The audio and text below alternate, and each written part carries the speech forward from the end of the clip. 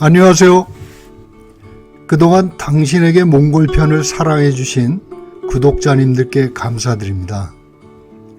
앞으로 이어질 내용은 얼마 전에 출간한 제 유목의 전설이라는 책을 바탕으로 유목민의 삶과 그 안에 깃든 문화에 대해 살펴보려 합니다. 앞으로도 많은 관심과 구독을 부탁드립니다.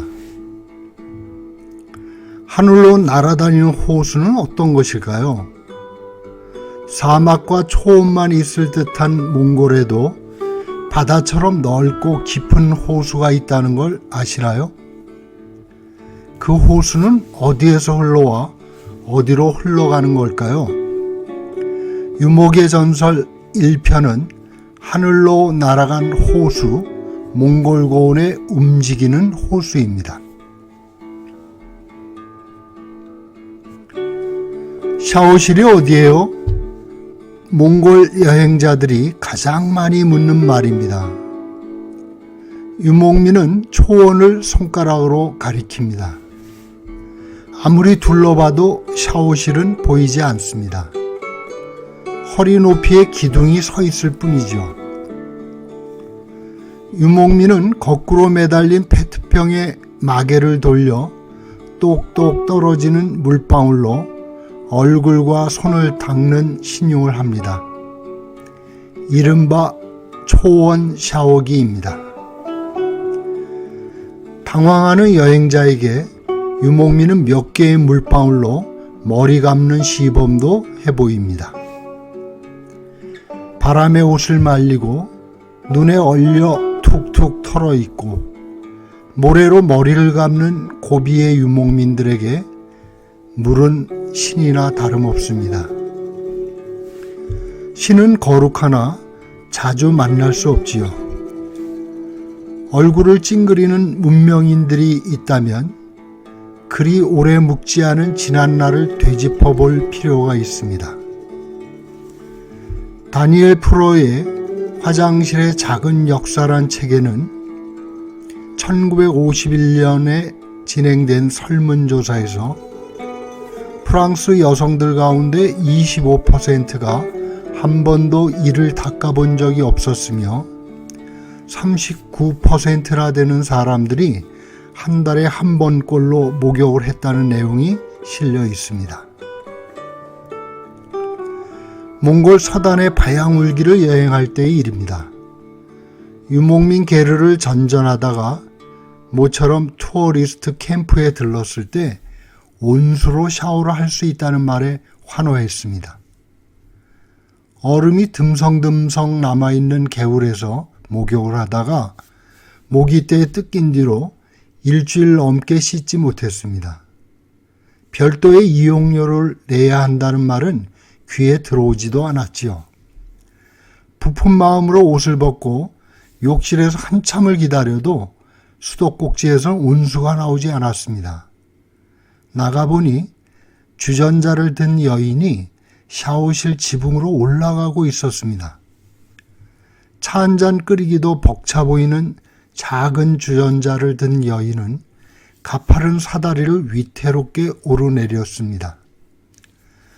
사정을 알아보니 난로불로 주전자물을 데워 물탱크를 채우는 중이랍니다. 그녀가 가파른 사다리를 수백 번이나 오르내릴 것을 생각하니 아찔했습니다. 그냥 모기에 뜯기는 편이 나았습니다. 그만두라고 말렸지만 주전자 배달은 멈춰지지 않았습니다. 제발 돈을 낼 테니 물은 더 끓이지 마시오. 뜨거워 죽겠소. 맑은 개울을 만나기도 합니다. 모래바람을 뒤집어 쓰고 땀투성이가 되어 만나는 개울은 소리부터 반갑습니다. 매와 마름이 잔잔히 깔린 개울은 풀 속에 숨겨진 보석과 같습니다. 개울을 만난 유목민의 태도는 성지에 이른 순례자를 연상시킵니다.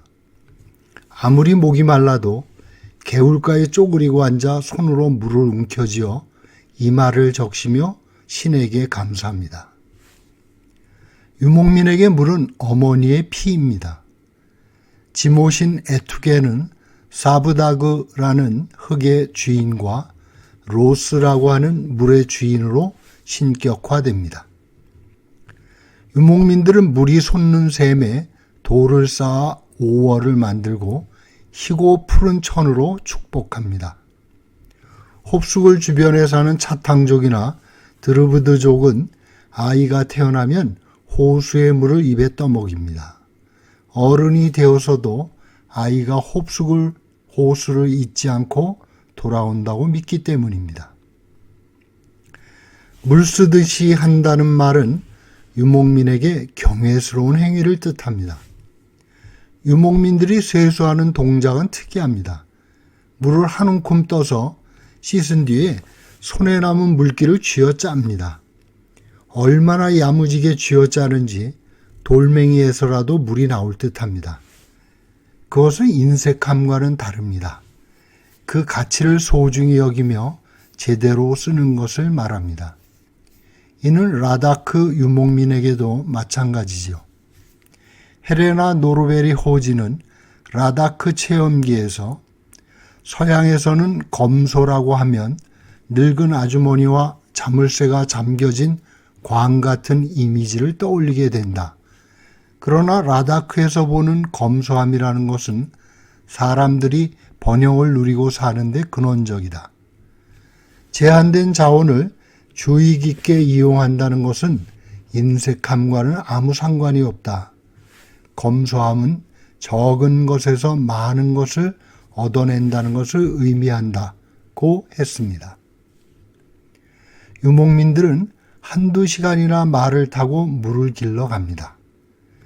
맑은 물이 솟는 샘은 경건이 섬겨지고 말라버린 강바닥이라도 그곳에서는 용변을 보지 않습니다. 물에 대한 경외심은 거리와 비례합니다. 물이 귀한 사막이나 고산 지역의 유목민들에게 순례라는 풍습이 있는 것이 우연이 아닙니다. 물이 넘쳐나는 곳의 인간들은 신보다 자신을 섬깁니다. 자신이 전부이기 때문에 모자랄수록 행여 남이 쓸까봐 서둘러 쓰기 바쁩니다. 고비는 물이 귀합니다. 한여름의 고비는 불타오릅니다. 영상 40도를 훌쩍 넘는 한낮엔 어쩌다 내리는 비마저 땅에 이르기 전에 말려버립니다. 유령비라고 하죠. 지상에 무사히 도착한 빗방울들도 달구어진 땅을 담금질할 뿐입니다. 고비에서도 가장 뜨거운 바얀자크의 점토들은 손으로 두드리면 쇳소리를 냅니다. 대지는 쩍쩍 소리를 내며 해독 불가한 각골문들로 갈라집니다. 고비의 연 강우량은 100밀리에 불과합니다. 우기에 집중하여 내리는 비는 한바탕 쏟아붓고는 깔끔하게 사라집니다. 그러던 고비에 온종일 비가 내리는 날이 늘었습니다. 지구온난화의 영향이라고 합니다. 2019년의 여름은 시작부터 비가 따라다녔습니다. 앞에는 햇빛이 눈부신데 등 뒤로는 먹구름이 비를 내리 퍼부으며 쫓아왔습니다. 차를 달리다가 돌아보면 화창하던 초원이 아련히 비에 지워져 갑니다. 아무리 속도를 높여도 비는 최신형 내비게이션을 달았는지 길을 잃지 않고 끈덕지게 뒤를 밟아옵니다. 숙소에 도착하여 짐을 풀기 무섭게 비가 쏟아졌습니다. 오랜 가뭄에 시달리던 유목민들은 비를 몰고 온 여행자들을 감사하다며 반깁니다. 그 환대를 어떻게 받아들여야 할지 난감했습니다. 우스갯소리로 여행이 아니라 대민 봉사로 온 분위기였습니다. 유목민들은 몸속에 츠쿠소를 하나씩 지니고 있습니다. 그들은 바람의 방향을 보고 날씨를 감지합니다. 여름철에 등 뒤에서 부는 바람은 맑은 날씨를 예고하고 맞바람은 이튿날 내릴 비를 예고합니다. 앞뒤의 기준은 언제나 유목민 계류의 문이 기준입니다. 앞이라면 정남이고 등 뒤는 정북향입니다. 밤새 바람이 세차게 불면 이튿날은 맑습니다. 천둥과 뇌우가 요란하고 주먹만한 우박을 쏟는 비는 오래가지 않습니다. 하늘이 흐리며 바람도 없이 추적추적 내리는 비는 온종일 이어집니다. 비는 초원의 기름입니다. 기름지다라는 뜻의 터송이란 단어는 지명에도 쓰입니다. 한가위의 풍성한 초지와 이리저리 구부러져 흐르는 강을 품고 있는 터송챙엘 마을이 있습니다. 비는 초원의 풀을 기름지게 하고 가축들을 살찌웁니다. 유목민에게 비는 축복입니다. 고비에서 비를 만나면 3년 동안 재수가 좋다는 말도 있습니다. 아무리 재수가 좋더라도 여행자에게 비는 반갑지 않죠. 천상의 풍광도 비가 오면 지옥으로 변합니다. 기온은 급강하고 차는 수렁에 빠지고 하늘은 별들을 숨깁니다. 여름 한철에 내리는 고비의 비는 여행자들과 겹칩니다. 불타는 사막과 쏟아지는 별들을 찾아온 여행자들은 비에 젖은 게르에 갇혀 지내게 됩니다. 사막에서 듣는 빗소리는 촉각적이죠. 소리보다 먼저 피부에 와닿습니다. 게르는 전혀 비를 대비하지 않은 집입니다. 못한 게 아니라 안 한 것이지요. 탱그리가 드나드는 천창은 폭우가 쏟아지지 않는 한 덮지 않습니다. 덮는다 해도 양털을 눌러 만든 모전의 덮개가 비를 막지는 못합니다. 온종일 내리는 비는 양털 속으로 스며 게르 안으로 툭툭 떨어집니다. 정주국에서 온 여행자들은 게르 안으로 최초의 빗방울이 떨어짐과 동시에 비명을 지릅니다. 소금으로 만들어진 인간처럼 공황 상태에 빠지고 맙니다. 유목민들은 그런 나그네들의 소동을 신기한 눈으로 바라봅니다. 그들은 한 방울의 비도 허투루 떠나보내지 않습니다. 그릇마다 채워서 그물로 몸을 씻고 빨래를 하고 음식을 끓입니다. 꼭지만 돌리면 수돗물이 쏟아지는 정주민의 비와 유목민의 비는 정신적 염기 서열이 전혀 다릅니다. 비에 젖은 게르는 후줄근해지고 양 냄새가 진동합니다. 여행자들은 다시 비명을 지릅니다. 아무래도 양을 길렀던 우리인 듯 하다며 사람이 그 안에서 지낼 수 없다고 항의합니다. 양의 털 가죽으로 지은 게르에서 꽃냄새가 날 수는 없습니다. 게르를 통째 세탁할 수도 없는 유목민은 게르 바닥에 고인 빗물만 연신 닦아낼 뿐입니다. 다행히 소동은 오래가지 않습니다. 비가 그치고 해가 나면 모든 게 해결됩니다. 언제 비가 왔냐는 듯 게르는 보송보송 마르고 냄새는 사라집니다. 여행자들은 고비가 펼치는 마법에 울고 웃다가 신압으로 양털 냄새에 익숙해집니다. 고비의 척박한 땅에 뿌리를 내린 풀들도 처음엔 그리 아우성쳤을 것입니다. 풀들에게 비는 생존의 모든 것이지요.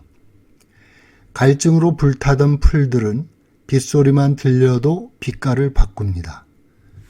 과장되게 말한다면 눈앞에서 산과 초원의 빛이 바뀌는 걸 보게 됩니다.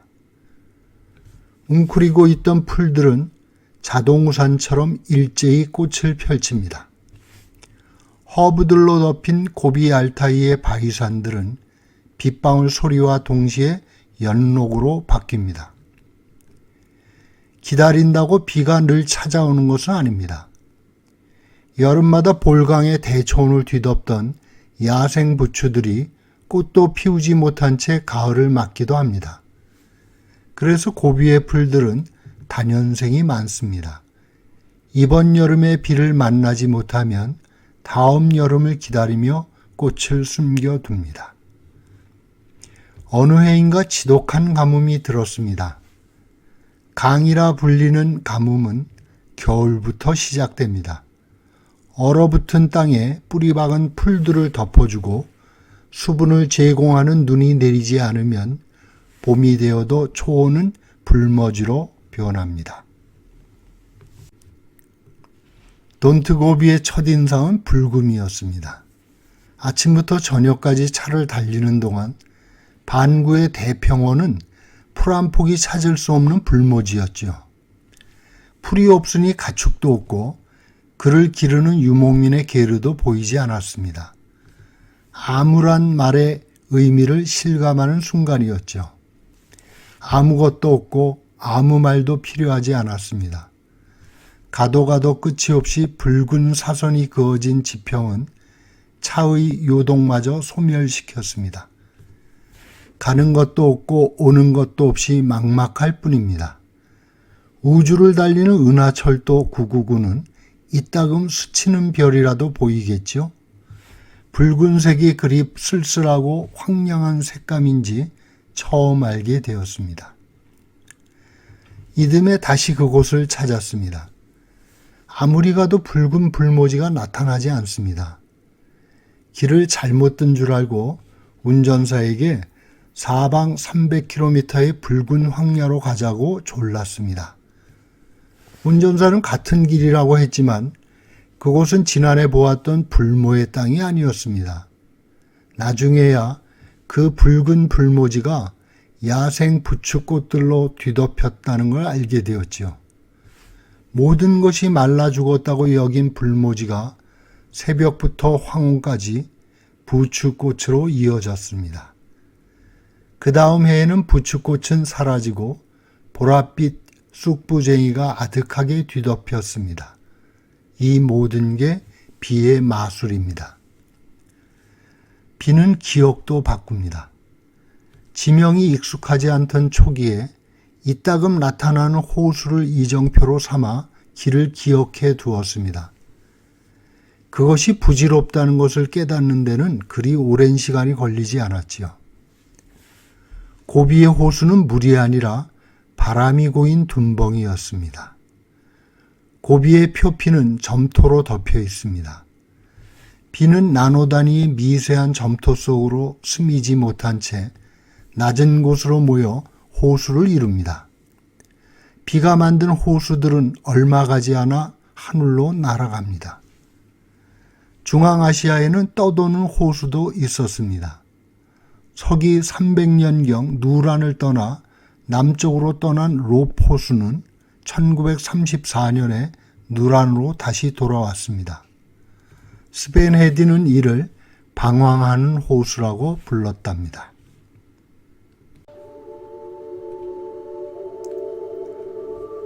고비의 호수는 바람에 날아다닙니다. 비를 타고 내려왔다가 바람수레에 실려 하늘로 올라갑니다. 바람이 만든 하늘 호수는 그리스 신화의 서사와 만납니다. 아프로디테가 사랑한 아도니스는 사냥을 나갔다가 멧돼지에게 죽임을 당합니다.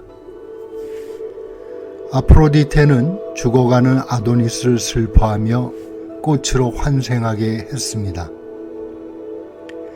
아도니스가 죽어서 피어난 아네모네 꽃은 그리스어로 바람이란 뜻입니다.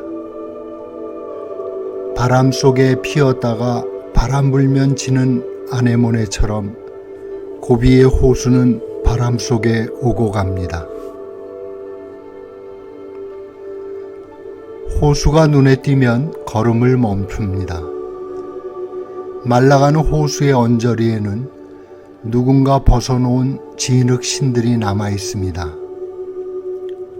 때를 지어 물을 찾아온 양과 염소, 호수에 들어가 구수회의를 하는 말들, 가까운 마을에서 물놀이를 온 아이들의 목소리들이 남겨놓은 발자국들입니다. 화석처럼 굳은 족적 속에 손가락을 넣으면 어느 게르 앞에 쪼그리고 앉아있을 바람의 음성이 만져집니다. 영원한 것은 없습니다. 모든 것은 하늘에서 내려와 하늘로 돌아가고 있었습니다.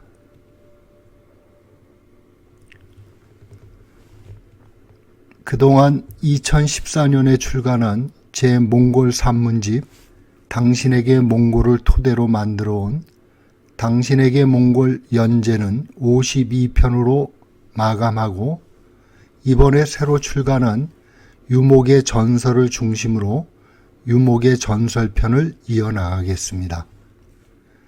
오늘은 몽골 고원의 하늘 호수와 유목민들이 생각하는 물에 대한 이야기를 나누어 보았습니다. 몽골 유목민의 이야기 많이 구독 신청해 주시길 바랍니다. 주변에 관심 있는 분들에게도 공유해 주셔서 사라져가는 초원의 이야기들이 좀 더 널리 전해지기를 바랍니다. 고맙습니다.